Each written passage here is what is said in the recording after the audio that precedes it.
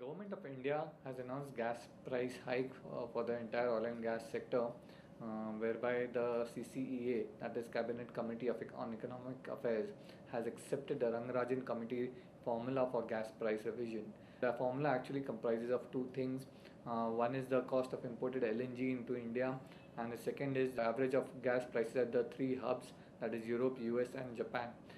The average of these prices would then be taken, and the price so computed will be applicable from April 1, 2014 and will be reviewed on a quarterly basis.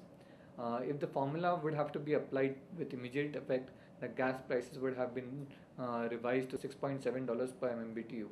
However, considering that the contracts signed for LNG imports into India and the prices of the international gas trading hubs, the gas prices in April 2014 will have to be raised to $8.4 MMBTU. This is double the price currently realized by Reliance Industries, ONGC, and Oil India of around $4.2 per MMBTU. This hike is coming in after a period of 3 years. While this was anticipated that gas price hike would come in, but we believe that this hike is ahead of street and our expectations. The main benefit out of this hike is substantial improvement in long-term investment climate for the sector, which has been under a lot of pressure because quite a few discoveries have been made, but because of the price they have not been viable, and India has been importing a lot of gas as well as crude oil.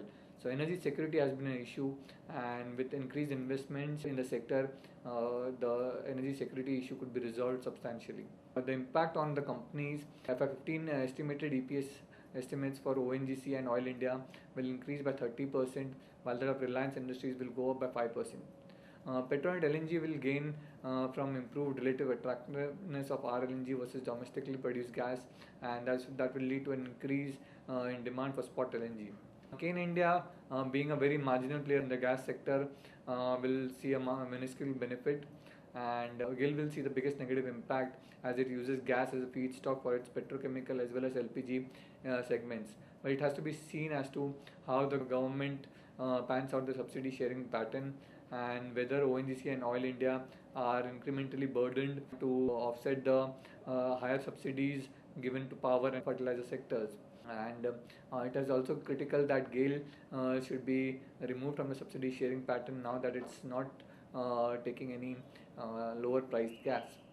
IGL will have to substantially increase its CNG price by around rupees 10 per kg, 10 to 15 rupees per kg to maintain its gross margin per unit.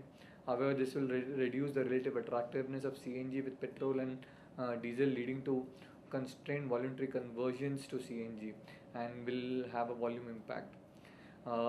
Post these recommendations, we are maintaining our buy recommendations on ONGC, Oil India, Reliance Industries, and Petronet LNG. Also, we are retaining a market performer rating on GAIL. For ONGC, we have a target price of 375. For Oil India, we have a target price of 640.